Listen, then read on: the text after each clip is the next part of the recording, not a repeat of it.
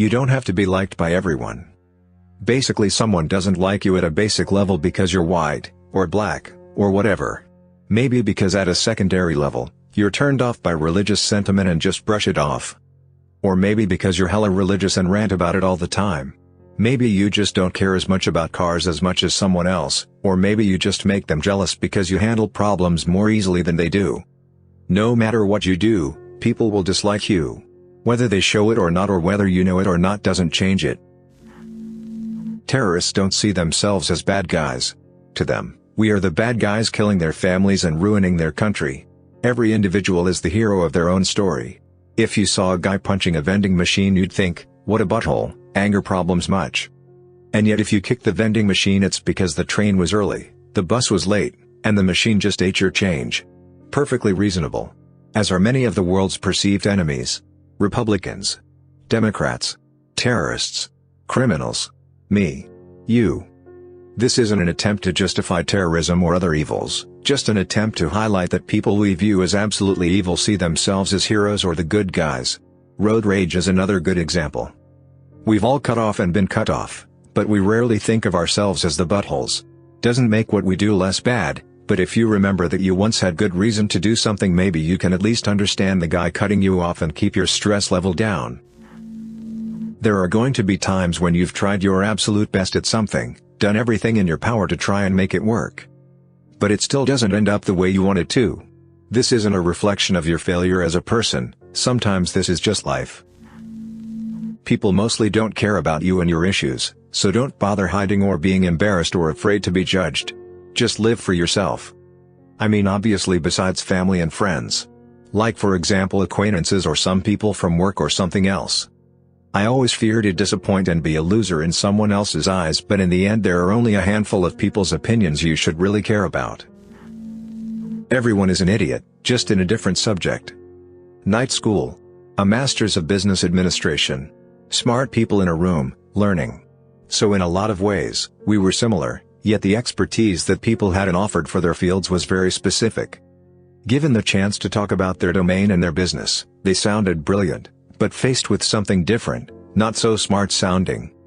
That's a big part of the reason why MBAs focus on case studies, to give people exposure outside of their usual realm. There's no such thing as the one, there are only good ones and bad ones. I think a big part of why people get divorced is that they go into marriage thinking that they'd found the one, and when things go sour, they just sort of think, well, I guess I was wrong, so I shouldn't be with this person anymore. The most successful marriages I've seen are the ones where the two people acknowledge that their relationship is a choice, not that they were bound together by some mystic force. It doesn't sound romantic, but to me that commitment itself is beautiful.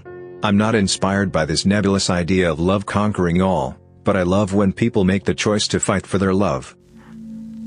Most people, including your friends, don't want to know what's really wrong, especially if it's serious.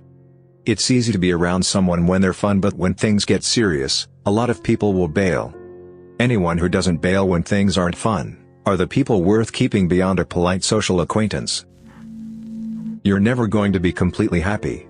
You can be happy for a day, maybe even a month if you're lucky, but no one is ever satisfied and happy in life.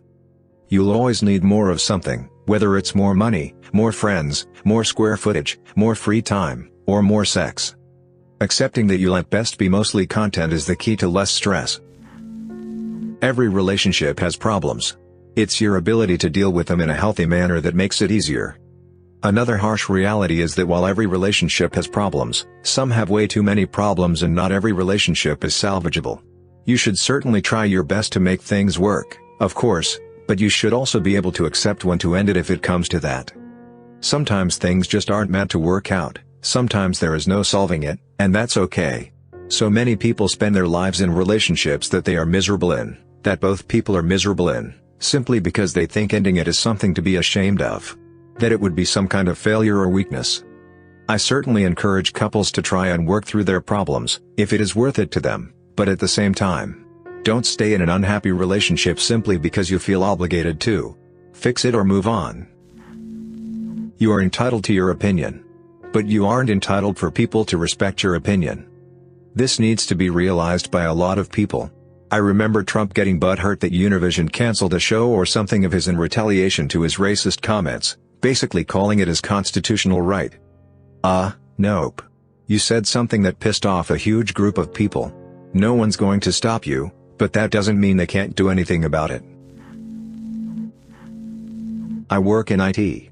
Everyone lies. Everyone. I never clicked it. I didn't open it. I didn't install it. I don't know what day I took my computer home. I don't know what that website is. I didn't know I can't plug in my USB. I didn't think file sharing was illegal. That porn site was from an ad on a legitimate site. I rebooted it before I called you. I always patch my system. And on and on. We're like doctors, we need the truth. The road to hell is paved with good intentions, and how vast amounts of people will never really understand the meaning of that. That expression means that it doesn't matter if you intend to do something good, it matters if you do something good. I suppose the modern day equivalent is that sharing a kale smoothie recipe on Facebook and then drinking a milkshake is the road to being fat. It's also like people justifying shitty actions because they have a positive goal in mind. Sort of the ends justify the means. It doesn't always start out bad. Things just escalate because one might be so invested in the outcome and intent, that along the way they don't realize the negative effect of actions they might be taking to achieve the goal. You're gonna mess up. A lot. Just accept it, learn from it, and move on. There are some things you'll never be able to do. It sounds terribly depressing at first, but when you think about it, it becomes humbling. Until a man is 25, he still thinks, every so often, that under the right circumstances he could be the baddest person in the world. If I moved to a martial arts monastery in China and studied real hard for 10 years. If my family was wiped out by Colombian drug dealers and I swore myself to revenge. If I got a fatal disease, had 1 year to live, devoted it to wiping out street crime. If I just dropped out and devoted my life to being bad, Neil Stevenson. Nobody cares about your actions, mannerisms and behaviors as much as you do. Once you realize that, it becomes a lot easier to just embrace who you are and live your own life. I actually just had a thing like this happen the other day. My coworker was acting weird, being dismissive of me, not responding to emails, being snappy when I asked him a question, and overall ignoring me and acting like a butthole. I went through about a dozen different emotions about it. I was confused and then annoyed and then angry and then indignant and then defensive and on and on and on until it finally settled into fear. He is higher in the corporate hierarchy than me, and I just knew that he was behaving this way towards me because I was going to get fired or something.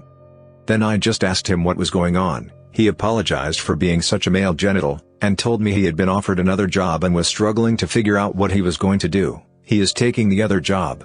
And then I felt like a selfish, obsessive twat because I had figured it was all about me. The truth is, we just float through people's lives just like they float through ours. We pass across their vision and they're like, oh hey, there's insert name, wonder how she's doing, and then they go back to thinking about whatever the hell is going on in their lives, and that's basically 100% of people you meet. They are primarily concerned with themselves. It's a real load off your back, but super hard to fully accept. Looks matter. It doesn't mean if you haven't hit the genetic lottery you're screwed and should just give up. There's almost always something you can do to improve your appearance. Confidence and personal style can make an ugly person into an attractive one, simply by how different they look. You'd be surprised how different someone can look with only a few minor cosmetic alterations.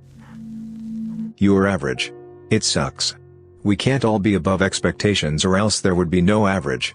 And your mom lied when she said that you were special. I had an old coworker that I became pretty good friends with who always said his goal in everything he did was to be average. Not in the sense that he was less than and wanted to be better, because he was certainly above average in many areas, but because being average means nobody pays attention to you, good or bad. Also, if you have always done an average job at something you can do well in and suddenly need or want to impress somebody, it's easy to do so. It's super cliche, but the simple fact that life isn't fair. Sometimes you just have to grit your teeth and bear through the BS. This has just seemed like second nature to me for the longest time.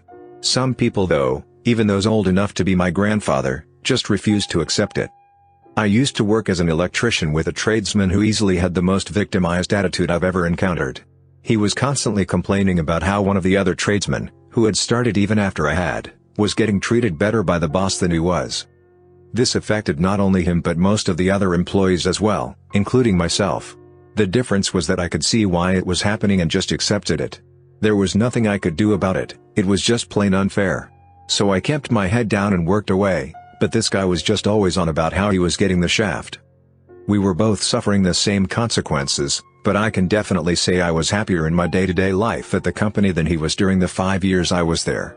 I don't know if I could say that my life is much better for accepting that sometimes it's unfair, but I have no hesitation in saying his life is worse for not being able to accept it. You will lose everything you love. Whether it goes first or you do, nothing is forever.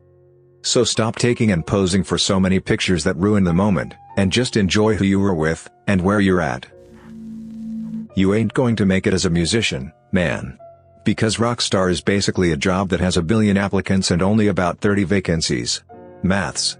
Just write your songs and do your thing as something for yourself and maybe your kids or grandkids. Most musicians don't treat it as a full-time job. Practice and skill alone will not get you there. It takes a ridiculous amount of networking and building a good reputation with club owners and booking agents.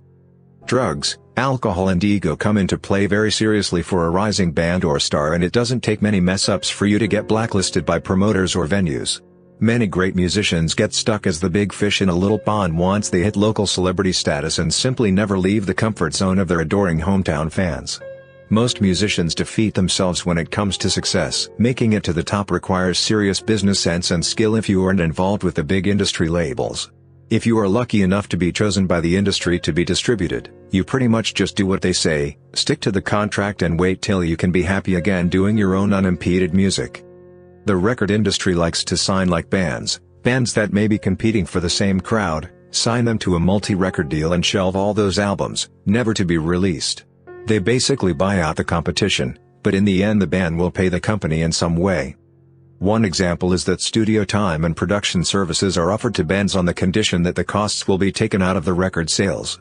Record doesn't get released, the band pays those costs. This pretty much kills any band and crushes all hope for success that a musician may have once held. You can't force someone to love you like you love him or her.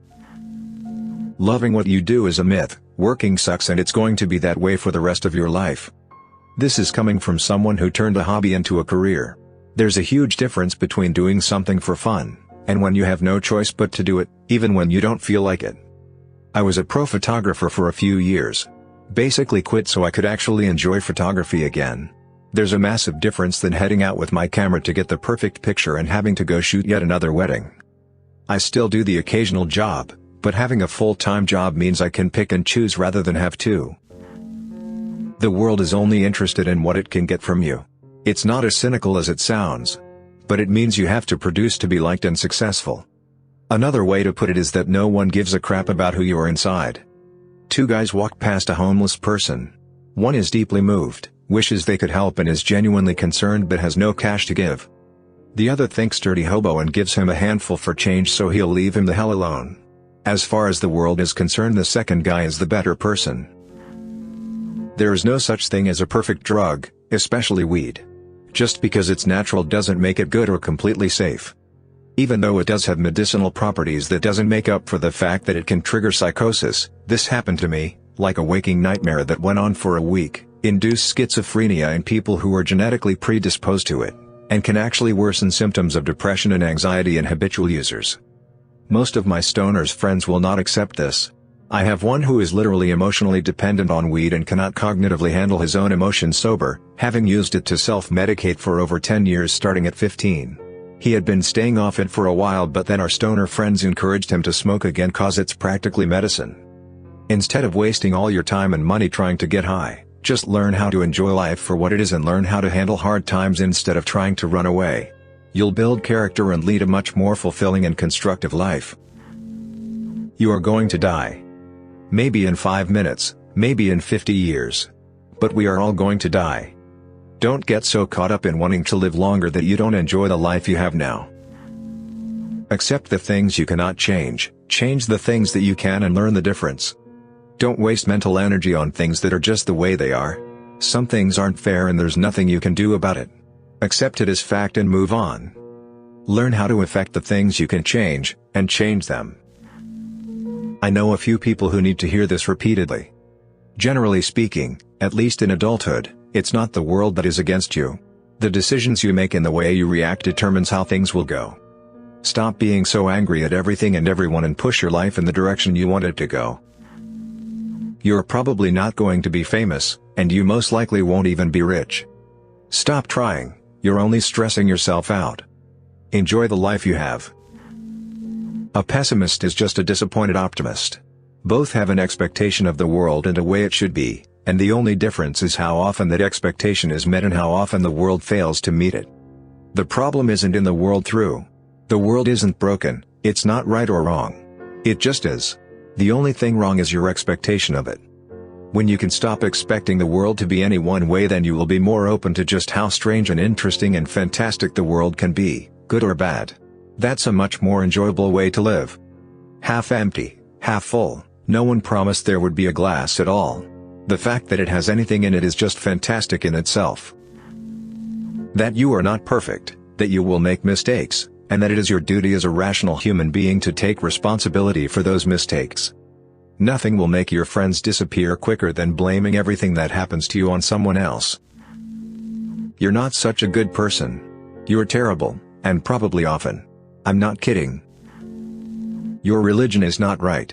I feel like religion is kind of an ignorance is bliss thing.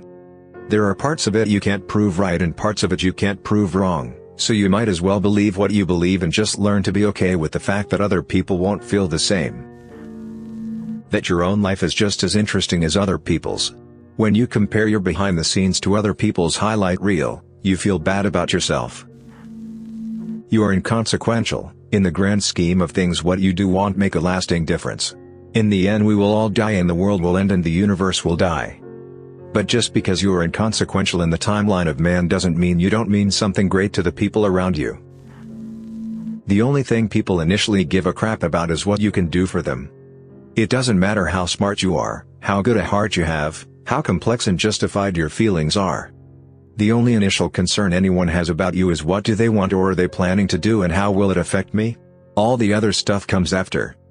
Once you learn to present value or advantage or interest off the bat, you have a much easier time moving through the world. If that girl doesn't want to give you a chance, quit wasting your time trying to get with her and spend time with girls that will. She's a waste of time, not the one that got away. Most people don't make decisions based on well-reasoned and researched data. They also don't care if you have that information or expertise.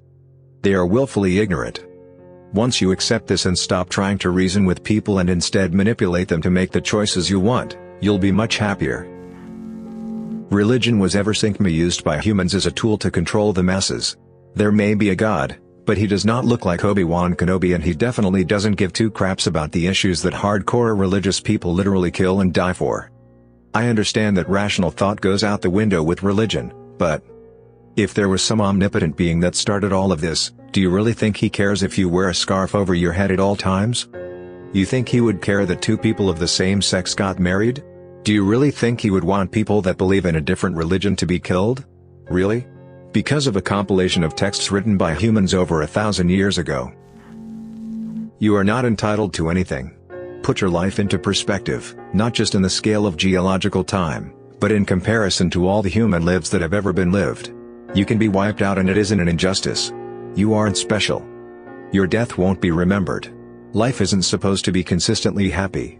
Depression isn't something you fix, because it's not broken. It's a natural part of human existence. Once you let go of the idea you are owed anything by the world, your rights, your happiness, your life, you can really start to appreciate everything you've got for the short time you've got it. You've got less than a century on this planet and most of it will be a struggle, but in this era you've still got a better life than even kings and queens of history. Stop complaining, stop making excuses, stop blaming others. Enjoy every second of what you've got, even the bad parts. Life doesn't get better until you make it better. This is true to everything, yet people only want free handouts. Don't make enough money? Instead of crying on the internet, complaining to friends and protesting higher wages, how about you get promoted or find better paying work? This is a hard task like everything else in life, but it's easy when you figure out what I mean. If you don't make it better, it will never be better. So every day you don't take one step forward to your goals, you unknowingly take 2 steps back. Real life love is not like it is on TV or movies. There is a reason those things are fake. I have known several people who broke up because of this. One girl told my brother that monogamy meant she could have sex with any guy at NASCAR because he would forgive her. Her family took the breakup harder than her. That family loved my brother.